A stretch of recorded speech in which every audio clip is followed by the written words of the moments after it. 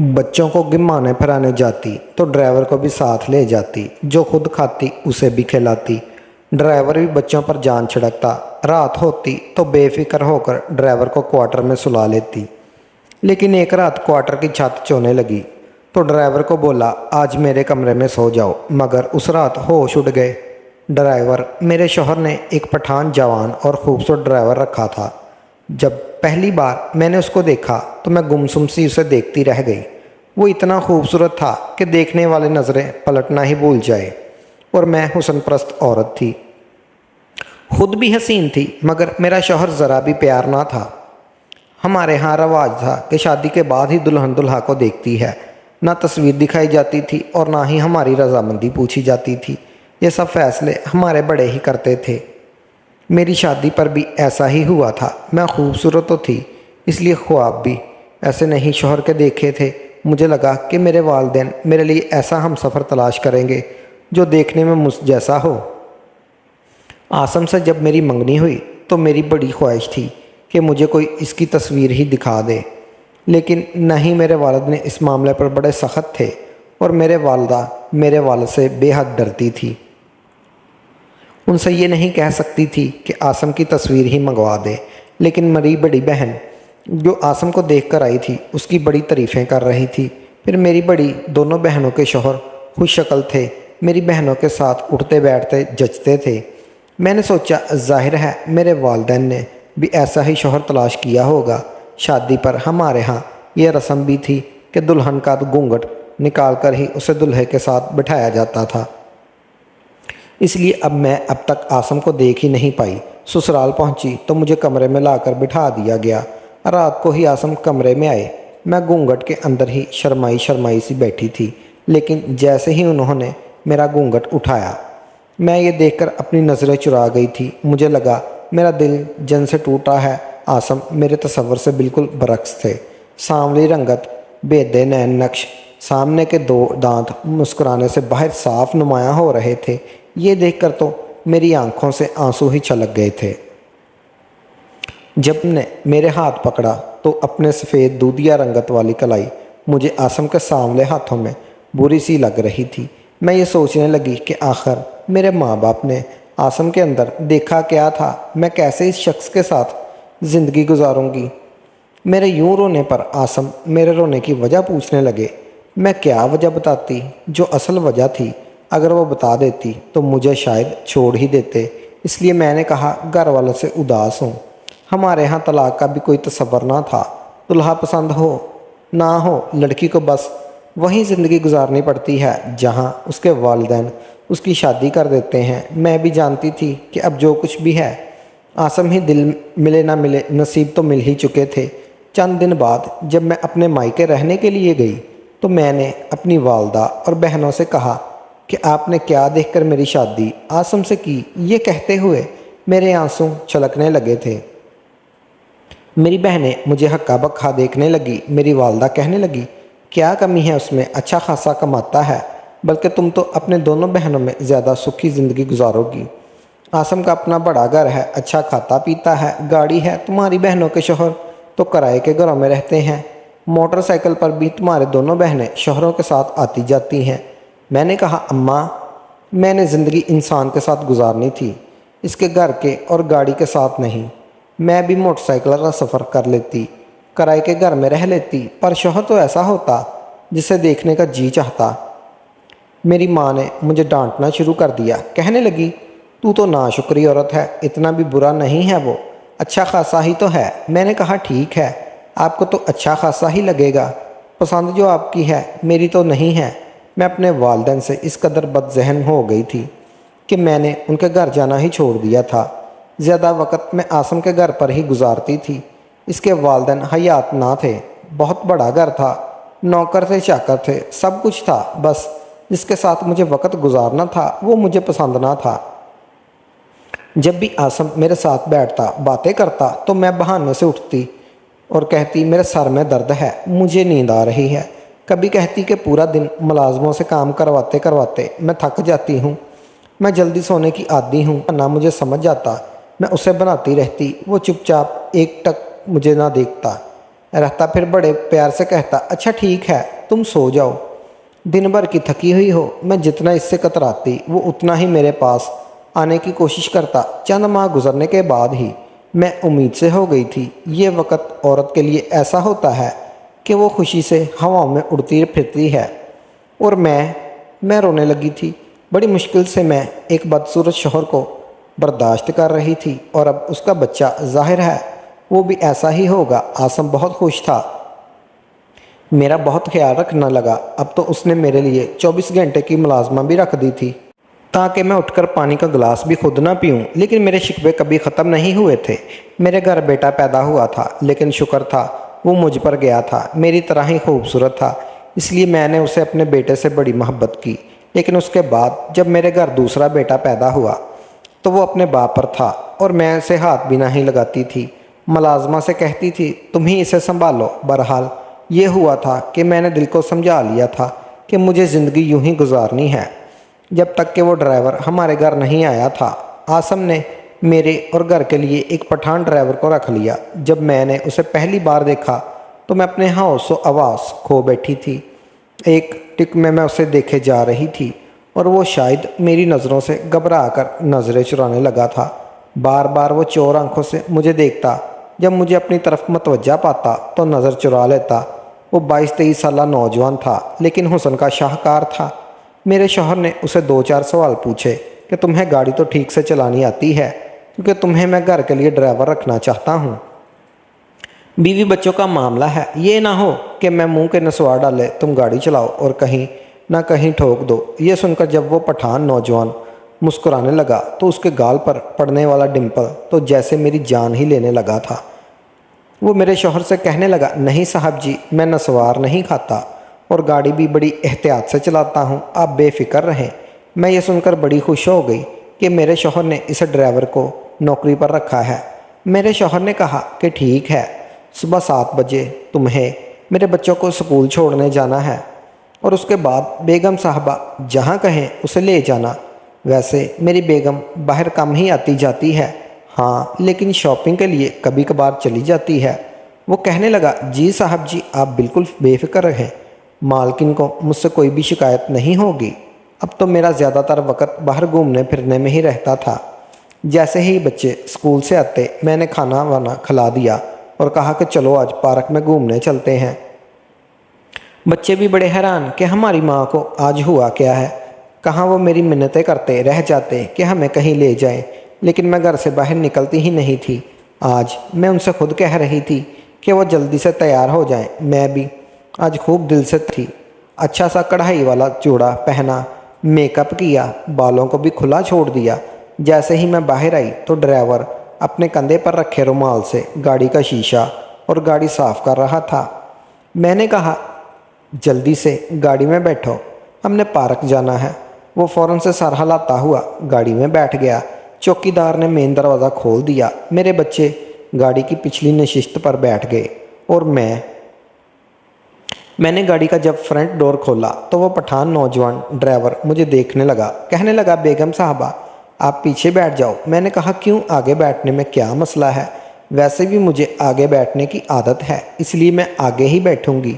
ये कहकर मैं आराम से उसके साथ बैठ गई। लेकिन मैंने महसूस किया कि मेरा यूं फ्रंट सीट पर बैठना उसे बिल्कुल अच्छा नहीं लगा।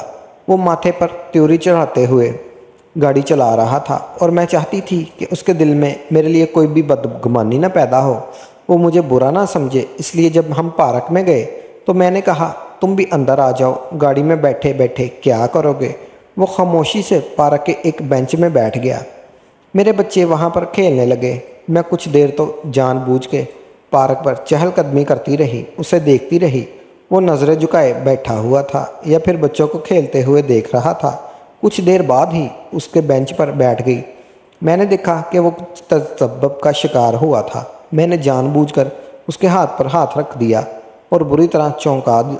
मैंने कहा, तुम बहुत खूबसूरत हो, बड़ी खुशनसीब होगी वो लड़की जिसकी तुमसे शादी होगी। वो गुस्से से मुझे देखने लगा। मैंने फ़ौरन से मौजू बदल दिया। फिर मैं बच्चों के साथ एक रेस्टोरेंट में चली गई। वो बाहर ही बैठा था। मैंने कहा, आओ बच्चे, शौक़ से बर्गर खाते हैं, आज तुम्हें भी बर्गर खिला देती हूँ। برگر کا نام سن کر اس کے چہرے پہ میں نے مسکان دیکھی تھی۔ میں بھی خوش ہو گئی کہ چلو اس کا موڈ تو ٹھیک ہوا۔ وہ فوراً سے گاڑی لاک کر کے ریسٹورنٹ کے اندر آ گیا، لیکن بیٹھا دوسرے ٹیبل پر تھا۔ میں نے ویٹر سے برگر لانے کو کہا اور اس ڈرائیور کے لیے بھی آرڈر کر دیا۔ میں نے دیکھا وہ بڑے خوش ہو کر وہ برگر کھا رہا تھا، ساتھ میں پیپسی کی بوتل بھی پی رہا تھا۔ میں سمجھ گئی کہ وہ کھانے پینے کا شوقین ہے، اس لیے جب بھی میں باہر جاتی کبھی اسے آئس کریم تو کبھی برگر، کبھی پیزا، کبھی کچھ نہ کچھ کھانے کا لالچ دیتی ہی رہتی تھی، اور وہ خوش رہتا اور اسے دو معنی باتیں بھی کرتی کہ مجھے وہ اچھا لگتا ہے۔ وہ چہرے پر ناگواری ڈالے میری باتیں سنتا تھا، لیکن میں نے نوٹ کیا تھا کہ وہ میرے بچوں کے ساتھ بہت محبت کرنے لگا تھا۔ ایک بار دوپہر کے 11 بجے ہی تیز بارش شروع ہو گئی۔ میں نے دیکھا کہ وہ بے حد پریشان تھا۔ کہنے لگا کہ آج میں بچوں کو جلدی ہی اسکول سے لے آتا ہوں۔ اگر میں نے ان کی چھٹی کا انتظار کیا تو سڑکوں پر پانی بھر جائے گا اور گاڑی بھی خراب ہو جائے گی، بچے پریشان نہ ہو جائیں۔ یہ کہہ کر ہی وہ فوراً سے بچوں کو لینے کے لیے چلا گیا۔ اس کا میرے بچوں کے لیے یوں پریشان ہونا مجھے اچھا لگنے لگا تھا۔ اب تو میں یہ کوشش کرتی کہ جیسے تیسے بھی عاصم مجھ سے بدگمان ہو جائے اور مجھے چھوڑ دے، تاکہ میں کسی نہ کسی طرح اس پٹھان ڈرائیور سے شادی کر لوں۔ عاصم اب تک یہ گھر اور اپنے بہت سی زمینیں میرے نام کر چکے تھے، اس لیے میں جانتی تھی کہ اگر وہ مجھے طلاق ہی دے دے تو میرے پاس ٹھیک ٹھاک دولت آ چکی ہے۔ مجھے خوبصورت لوگ پسند تھے، یا یوں کہہ لے کہ خوبصورتی میری کمزوری تھی، اور اس کی خاطر میں کچھ بھی کر گزرنے کو تیار تھی۔ چند دن بعد ہی ایک بار میرے شوہر کے نمبر سے فون آیا۔ میں نے فون اٹھایا تو کوئی اجنبی تھا۔ جو خبر اس نے سنائی پہلے تو میرا دل پکڑ کر بیٹھ گئی۔ وہ کہنے لگا آپ کے شوہر کا ایکسیڈنٹ ہو گیا ہے اور وہ ہاسپٹل میں ہیں۔ اس نے مجھے ایک ہاسپٹل کا نام بتایا اور فوراً سے کہا کہ آپ یہاں پہنچ جائیں۔ میں نے جیسے فون بند کیا فوراً سے باہر کی طرف لپکی۔ چند قدم میں نے تیزی سے بڑھائے، لیکن پھر ایک دم سے رک گئی۔ میرے دماغ میں ایک عجیب سا شیطانی خیال آنے لگا کہ اگر میرا شوہر ہاسپٹل میں ہے اور اس کا ایکسیڈنٹ ہو چکا ہے تو ہو سکتا ہے کہ وہ تشویشناک حالت میں ہو۔ جب بھی ایک اجنبی کا فون آیا پھر میرے دل میں آیا اچھا ہوا کہ وہ مر جائے تاکہ میرا راستہ صاف ہو جائے۔ میں جان بوجھ کر اپنے شوہر کے پیچھے نہیں گئی۔ میں نے اپنا فون بھی آف کر دیا۔ میں نے سوچا کہ اگر میرا شوہر بچ گیا اور مجھ سے پوچھے گا تو میں کہوں گی کہ مجھے تو کسی کی کال ہی نہیں آئی، میرا تو فون ہی بند تھا۔ بہرحال کچھ دیر میں ہی اسی انتظار میں بیٹھی رہی کہ کب میرے شوہر کی موت کی خبر آئے کہ اچانک سے مجھے تیزی سے گاڑی گھر سے باہر نکلنے کی آواز آئی۔ میں فوراً سے اٹھ کے جب باہر لان میں آئی تو چوکیدار بے حد پریشان تھا۔ دروازہ بھی پورا کھلا ہوا تھا۔ پوچھا تو میں گاڑی میں کوئی نہیں کھڑی تھی۔ میں نے کہا یہ ڈرائیور کہاں گیا؟ چوکیدار کہنے لگا بیگم صاحبہ، ڈرائیور کے نمبر پر صاحب جی کے نمبر سے فون آیا تھا، ان کا ایکسیڈنٹ ہو گیا ہے، اس لیے ڈرائیور ان کے پاس گیا ہے۔ یہ سن کر میں نے حیرت کا اظہار کیا۔ میں نے کہا مجھے کیوں نہیں بتایا، کیسے ہو گیا ایکسیڈنٹ؟ میں نے یوں ظاہر کیا جیسے میں ہر بات سے لا علم ہوں۔ میں نے جان بوجھ کر اپنی آنکھیں یوں رگڑنے لگی جیسے رو رہی ہوں۔ دعا کر رہی تھی کہ کاش میرا شوہر صحیح سلامت نہ 2 گھنٹے بعد جب ڈرائیور واپس آیا تو میرا شوہر اس کے ساتھ ہی تھا۔ مجھے حیرت کا جھٹکا لگا کیونکہ اس سے معمولی سی چوٹیں آئی تھی۔ ہلکا سا لنگڑا کے چل رہا تھا اور ڈرائیور اسے سہارا دیتے ہوئے گھر کے اندر لے آیا تھا۔ میں جان بوجھ کر اس سے سوال کرنے لگی کیسے ہو گیا ایکسیڈنٹ، اپنا خیال نہیں رکھتے؟ حالانکہ مجھے ذرا بھی اس کی پرواہ نہ تھی۔ مجھے تو یہ افسوس تھا کہ وہ زندہ بچ کر آ کیوں گیا۔ وہ کہنے لگا کہ ابھی کوئی جواب نہیں دے سکتا، میرے سر میں بہت درد ہے، ایسا کرو مجھے چائے بنا کر دو اور دوا بھی دو۔ میں نے اسے دوا دی، چائے بنا کر دی، یوں ہی ظاہر کرنے لگی جیسے مجھے اس کا بہت احساس ہے۔ اس کے بعد چند دنوں میں وہ ٹھیک ہو گیا۔ ایک دن مجھ سے کہنے لگا میں بیمار رہنے لگا ہوں، جو اس کے لیے اپنی باقی جائیداد بھی تمہارے نام کرنا چاہتا ہوں۔ اس نے چند پیپر مجھ سے سائن کروا لیے۔ میں تو خوش ہو گئی تھی، لیکن ایک بار مجھے موقع مل گیا۔ اس بار بارش رات کو برسی تھی۔ تقریباً 10 بجے ایسی طوفانی بارش ہوئی کہ میرے شوہر کا فون آ گیا کہ وہ فارم ہاؤس پر اپنے دوستوں کے ساتھ گیا تھا اور بری طرح سے پھنس گیا ہے، اس لیے ہو سکتا ہے کہ رات کو واپس نہ آ سکے۔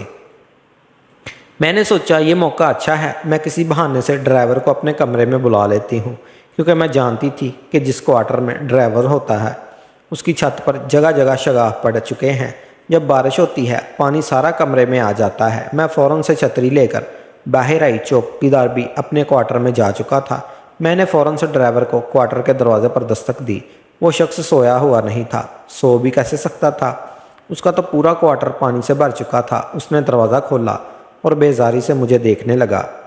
چھت سے پانی ٹپک رہا تھا اور وہ چارپائی کھڑی کیے ہوئے دیکھ رہا تھا کہ کب پانی گرنا بند ہو اور وہ لیٹے۔ میں نے کہا، او تمہارا تو سارا کوارٹر پانی سے بھر گیا ہے، ایسا کرو تم اندر آ کے سو جاؤ۔ وہ کہنے لگا، بہت شکریہ بی بی جی، کیونکہ مجھے نہیں لگتا رات بھر بارش رکے گی اور میں یہی سوچ رہا تھا کہ میں نے کیسے سوؤں گا۔ لیکن جیسے ہی وہ لاؤنج کے اندر داخل ہوا، میں نے اسے اپنے کمرے میں جانے کا اشارہ کیا۔ کہنے لگا، میں کیسے آپ کے کمرے میں سو سکتا ہوں؟ میں نے کہا، تمہارے صاحب فارم ہاؤس گئے ہیں اور رات گھر واپس نہیں آئیں گے۔ میرا کیا ہے، میں بچوں کے کمرے میں جا کر سو جاؤں گی، تم آرام سے میرے کمرے میں سو جاؤ۔ پہلے تو وہ کتراتا رہا، انکار بھی کرتا رہا، لیکن میرے بار بار اصرار کرنے پر وہ میرے کمرے میں چلا گیا۔ کچھ دیر میں بچوں کے کمرے میں بیٹھی رہی کہ اچانک سے میرے شوہر کی کال آ گئی۔ وہ کہنے لگا کہ راستے میں ہے، بس کچھ ہی دیر گھر پہنچ جائے گا۔ یہ سن کر پہلے تو میرا دل بڑا برا سا ہو گیا، لیکن پھر میرے دماغ میں ایک اور آئیڈیا آیا۔ میں نے سوچا کہ اس طرح میرا شوہر مجھے فوراً سے طلاق دے دے گا۔ میں فٹافٹ سے اٹھی اور اپنے کمرے میں چلی گئی۔ وہ ڈرائیور میرے بیڈ پر سو رہا تھا۔ جیسے ہی میں نے کمرے کا دروازہ بند کیا، وہ جھٹ سے اٹھ بیٹھا۔ مجھے یوں ہی کمرے میں دیکھ کر وہ گھبرا گیا۔ کہنے لگا، آپ کمرے میں کیا کر رہی ہو؟ مجھے پتا تھا کہ کچھ ہی دیر میں میرا شوہر یہاں پہنچ جائے گا، اس لیے میں اس کے ساتھ لگ گئی۔ وہ مجھ سے اپنا آپ چھڑوانے لگا۔ میں نے جان بوجھ کر اپنی بازو پھاڑ دیے اور یوں ظاہر کرنے لگی جیسے کہ وہ میرے ساتھ بدتمیزی کر رہا ہو، اور شور مچانے لگی۔ عین اسی وقت میرے شوہر نے دروازہ کھولا تو میں رونے لگی اور روتے ہوئے اپنے شوہر کے ساتھ لگ گئی۔ میں نے کہا، یہ ڈرائیور میرے ساتھ میرا یہ کہنا تھا کہ میرے شوہر نے ایک زوردار تھپڑ میرے منہ پر مارا۔ یہ دیکھ کر میں حیران رہ گئی۔ وہ ڈرائیور ہاتھ باندھے کھڑا تھا۔ میرا شوہر کہنے لگا، میں سب جانتا ہوں کہ تم میرے ساتھ کیا ڈرامہ رچا رہی ہو۔ میں نے سب کچھ اپنی آنکھوں سے دیکھا ہے، کیونکہ میں نے اس کمرے میں کیمرہ لگا رکھا تھا۔ مجھے پہلے ہی شک تھا کہ تم اس ڈرائیور کو اچھی نظر سے نہیں دیکھتی، اور پھر تمہاری ساری باتیں یہ ڈرائیور مجھے بتاتا تھا۔ تم کیسی کیسی اس پر مہربانیاں کرتی ہو، میں سب جانتا ہوں۔ یہ سن کر تو میں تشدد سی رہ گئی۔ میرے شوہر نے مجھے طلاق دی اور ساتھ میں یہ بھی کہنے لگا کہ جتنی جائیداد میں نے تمہارے نام لگائی تھی وہ میں تم سے واپس لے چکا ہوں۔ جس پیپر پر میں نے تم سے سائن کروائے تھے وہ پیپر آف اٹھارٹی کے پیپر تھے۔ جب تم میری وفادار نہیں ہو تو پھر میرے کسی چیز پہ تمہارا حق بھی نہیں ہے۔ میں روتی دھوتی اپنے گھر چلی گئی تھی۔ مجھے آج اپنے آپ پر بے حد افسوس ہو رہا تھا۔ میں نے اپنی خود پسندی میں اپنا گھر اجاڑ دیا تھا۔ کاش کہ میں اپنے شوہر سے ہی محبت کرتی، اسے اپنی وفا دیتی، تو حالات آج کچھ اور ہوتے۔